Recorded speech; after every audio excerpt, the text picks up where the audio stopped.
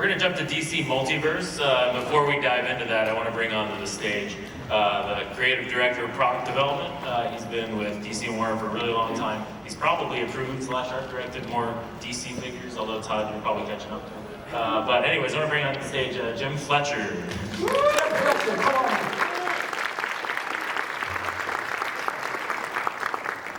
Oh, I am the coolest panel of the whole convention. Oh, I am. Okay, I'll call you back later. So Jim, here's why Jim is so important to us at McFarlane Toys, and to me personally, besides he's a good man. He's the one that first and foremost, he has to give us approval, right? If Jim doesn't, so if you guys, if we don't have a toy, or we've done it, or it's been rejected, take your wrath out on Jim, right? Like as you've seen, my name is Todd McFarlane. Yes. So Jim's literally the gatekeeper. But on top of it, he's also very, very creative.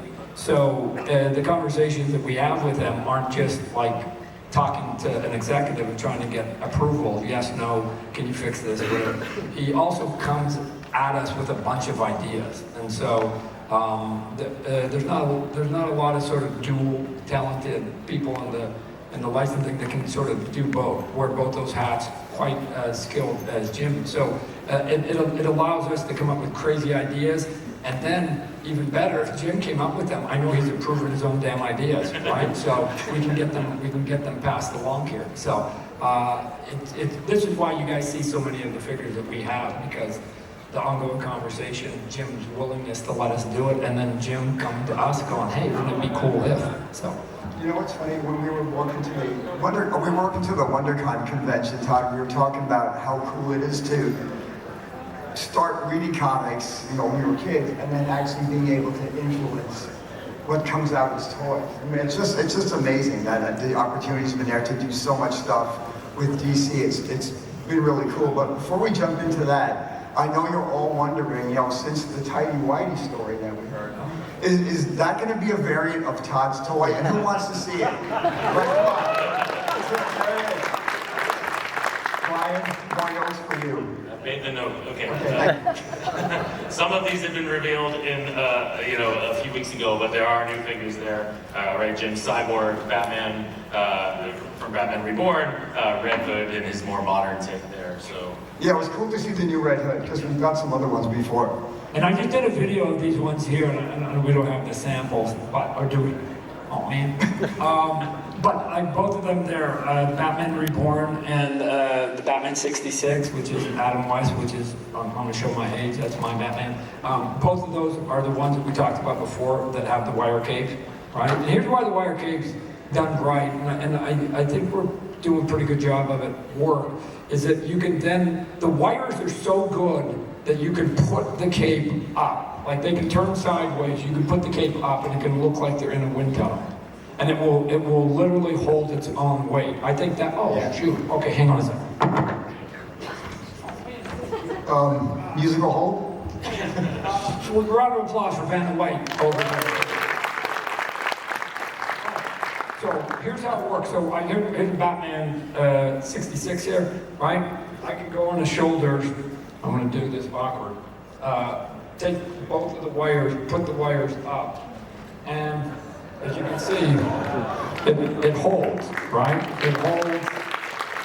Because again, the balancing act is you don't want it to be too thick so that it becomes bulky and it doesn't do whatever. But the fun of having the wire then is that you can have it going back. You can have it then go forward, so it wraps around you, a la like Dracula. Remember, he'd have his jacket all around him.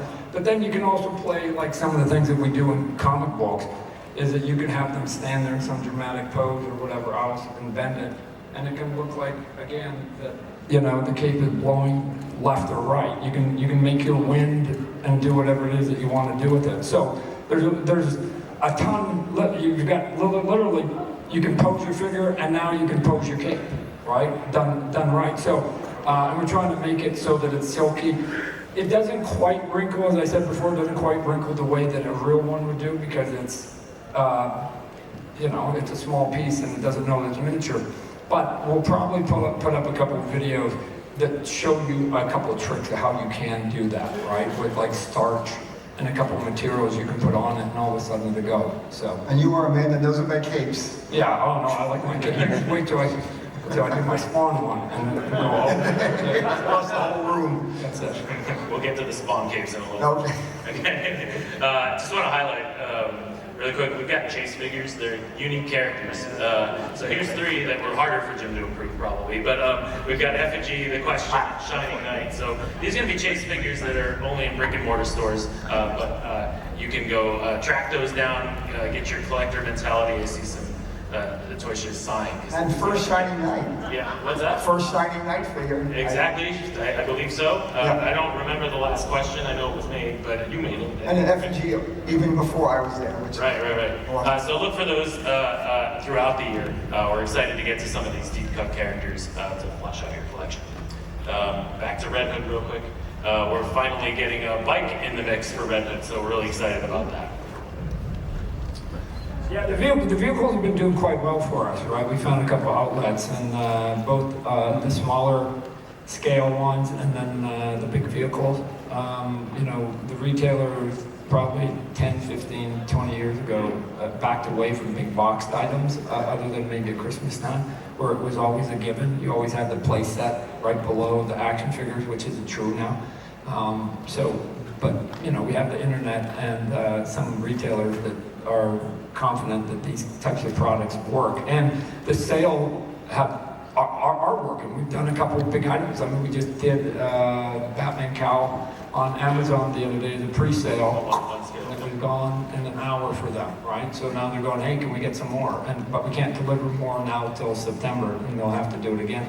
So some of these bigger items that are, you know, might be a few dollars more than the figures, we do have outlets that will take it, where before we were in no man's land, so I'm quite thankful for that. A couple months ago, we revealed Batman Forever Build-A-Wave, but there's a key accessory missing, and AJ's got it for us. So this is a reveal. We're going to bring the Batman. Right, and so these are the ones that we're talking about, just having a little bit of fun. You know, our job is to make them sort of accurate, get them big, have some fun with it, and keep the price as reasonable as possible. The thing that I'm always blown away by, and I'm sure you pay attention, is people who like customize, right? Yeah. I've run into a couple of people who take our toys and then they just sort of polish them and add a little bit more paint. I know somebody who comes in there and they do a flat paint on all the vehicles and do a little bit of dirt and dusting, and they're tremendous, right?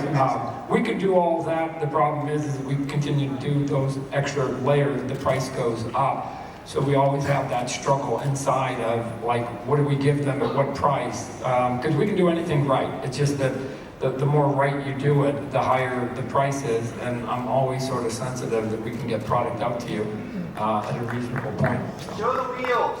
Show the wheels! Well, and there's a key action figure character to go with this, which is Alfred. Long overdue. Hooray! This is the outfit for the first three Batman. We got Alfred the very first time, right? So we put key characters that we normally wouldn't have gotten in. Obviously, you can put them in there if you want or whatever, but sometimes these are the characters that you normally wouldn't be able to put out at retail and they'd be that successful, right? Most people don't go, man, you know what I need to bring home to my 8-year-old kid?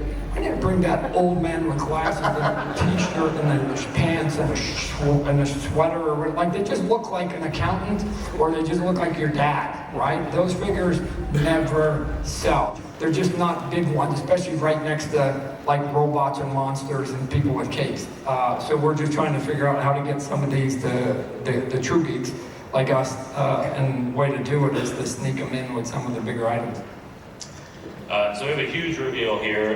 There's a big movie coming, but we need to celebrate the first one first. So I'm going to go through a sequence here, and then I know Todd, you got things to say here. So this has been a figure with long overdue. So not only are we going to work in the Joaquin Phoenix figure, there's going to be multiple heads, other characters,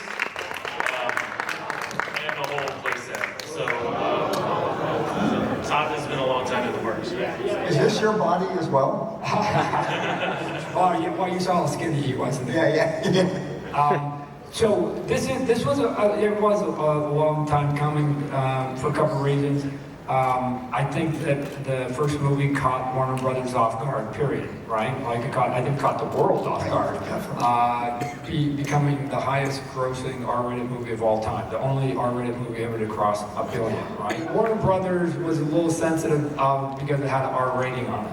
And for the most part, you know, consumer products are considered to be sort of kid products, right? I mean, they're sort of that, because they also do, besides figures, they do board games and toys and t-shirts and hats, all this other stuff.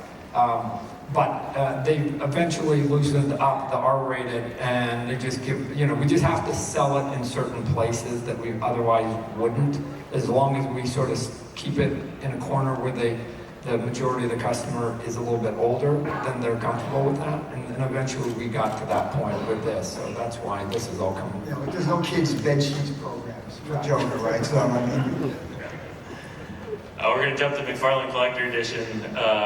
AJ posted the pre-order for McFarlane Toys exclusive. Jonah Hex, another character we've been wanting to do for quite some time. This is obviously a 17 plus figure, but a really great way to get the General in there, right? Is that the first horse you approved, Jim? I believe this is the first horse action figure. Okay. Not the first action. I love this figure. It's awesome. There's so much cool stuff it comes with.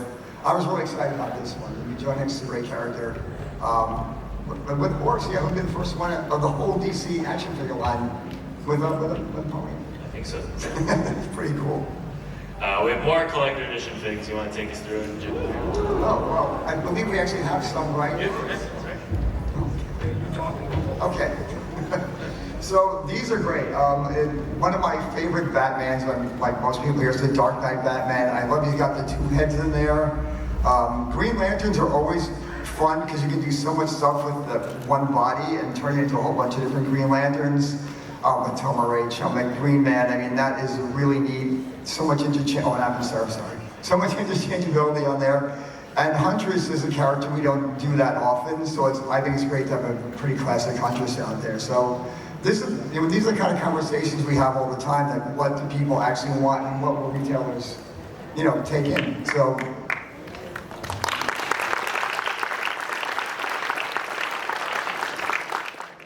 I just want to do this Green Lantern, and just explain this real fast. This is going to be, the Tomar Ray and the Shamek are going to be in one box, and then Green Man and Abin Sur are going to be in the chase. So we're just splitting them up, getting clever there, so just wanted to put that out there.